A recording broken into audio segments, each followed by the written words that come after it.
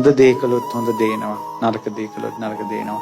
කියවා යන්න නෙවෙයි තියෙන්නේ. Taman දිහා බලන්න මං කරන්නේ හොඳද නරකද කියලා. මම කරන දේවල් හොඳද නරකද? තමන් කරන දේ තමන්ට එනවාමයි. තවත් කෙනෙකුට තමන් කැපිල්ලක් දැම්මොත් එහෙම තමන්ට සමාජ ඉහළට යනකොට සසරේම කැපිලි ඒවි. තමන් කෙනෙකුට වංචා කළොත් තමන්ට වංචා කරන අය බිහි වේවි. තමන් අනිත් අයට ඉරිසියා කළොත් මොකක්වත් නැති වෙලා නිന്ദා අපහාස විඳින විදිහට උපදී. ගරු කළ යුතු සෑය බෝධිය සංඝයාට ගරු නොකළොත් නීච කුලයක උපදී.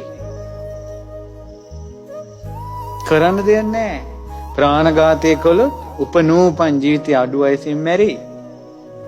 ගබ්සා කළොත් උපනූපන් ජීවිතේ තමන් අම්මා කෙනෙක්ගේ බඩේම මැරිලා යයි. දිවකින් නම් බොරු කියන්නේ වංචාව කරන්නේ ඒ දිව නැතුව උපදී. තමන් ලෝකෙට මුදා හරින දේ තමන්ටම අපහු ලැබෙනවා. විශ්වාස කරන්න මැරිලා උපදිනවා. මැරිලා උපදින්නේ නැත්තම් මම මහාන වෙන්නේ නැහැ. ඇයි කල්යාණ දේ පුරුදු කරන්නේ? ඇයි ගුරුවරු ඇසුරු කරන්නේ? ඇයි වැඳ වැඳ යන්නේ? ඇයි බණ කියා යන්නේ? මැරිලා උපදිනවා. ඒ උපදින ලෝකෙට පොදි ගහ ගන්න ඕනේ නැහැ තවත් පව්. ඇයි අපි සංසාරේ පව් කරපු ඒවා මදිද?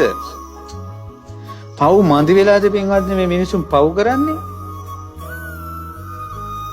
අදවත් හැදෙන්න මේ බණ අහලා ජීවිතේ එක වැරද්දක් හරි හදාගන්න. ජීවිතේ වෙනස් කරගන්න. හැබැයි මතක තියාගන්න පොඩ්ඩක් හරි හිතට මේක දැනුනේ මේ බණපද යහපු නිසා.